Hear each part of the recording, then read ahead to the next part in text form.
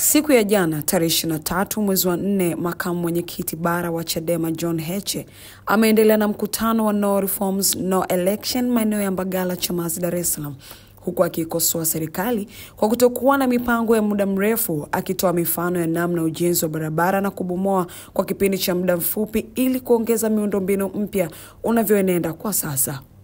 Tena baada ya miaka 5-6 hapo baanze kupanuliwa wabomolee watu majumba. Tuna serikali inayofikiri miaka 2 nyuma. Yaani tuna serikali ambayo mimi nikiwa bungeni ilikuwa inajenga barabara ya kutoka Posta kwenda Bagamoyo.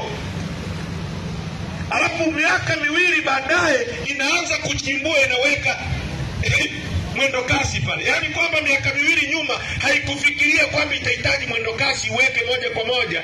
Imejenga baada ya miaka 2 wanabomoa ile barabara, wanaanza kuweka mwendo kasi pale. Hiyo ni serikali ya kipuzi yenye fikra finyu ambayo haiwezi kututoa hapo kutupeleka mita moja zaidi. Kwa hiyo ndugu zangu wa Dar es Salaam, ndugu zangu wa Chamazi, mabadiliko duniani yanaanzia kwenye miji mikubwa.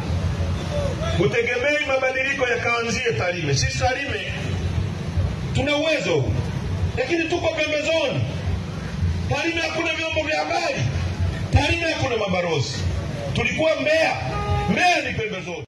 Heche aliendelea kusisitiza kuwa kazi ya serikali ni kustawisha maisha ya wananchi na kwamba serikali inatakiwa kuwajibika kwa watu wake. Lengo kuu la serikali, pigie mstari. Lengo kuu, yani lengo namba 1 ya serikali itakuwa ni ustawi wa watu. Si serikali itawajibika kwa wananchi. Yani nyie ndio msingi. Ukiona askari hapa ameleta kiburi, hicho kiburi sio chake. Katiba inasema hivi, nyie ndio wenye mamlaka, ndio mmekasimu mamlaka yenu kwake. Yani Rais Samia mmekasimu mamlaka yake, mamlaka yale aliyonayo kusafishiwa njia mbwembwe zote ni nyie.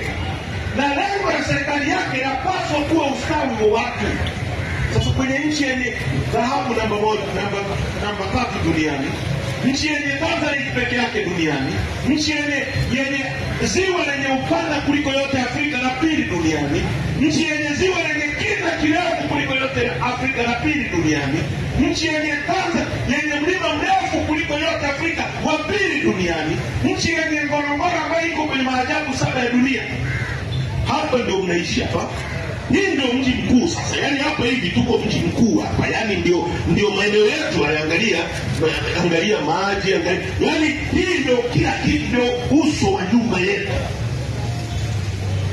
Tuko sawa kweli? Huu ndio ustawi.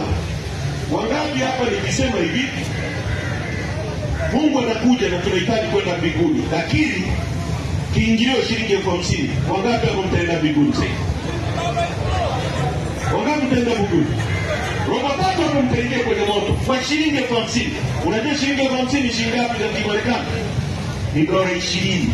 Heche ameendelea na mkutano huo huku ikiwa ni masaa machache baada ya kutoka kuongea na waandishi wa habari juu ya kukamatwa kwake na polisi na kuzuiwa kufanya mkutano Kariakoo.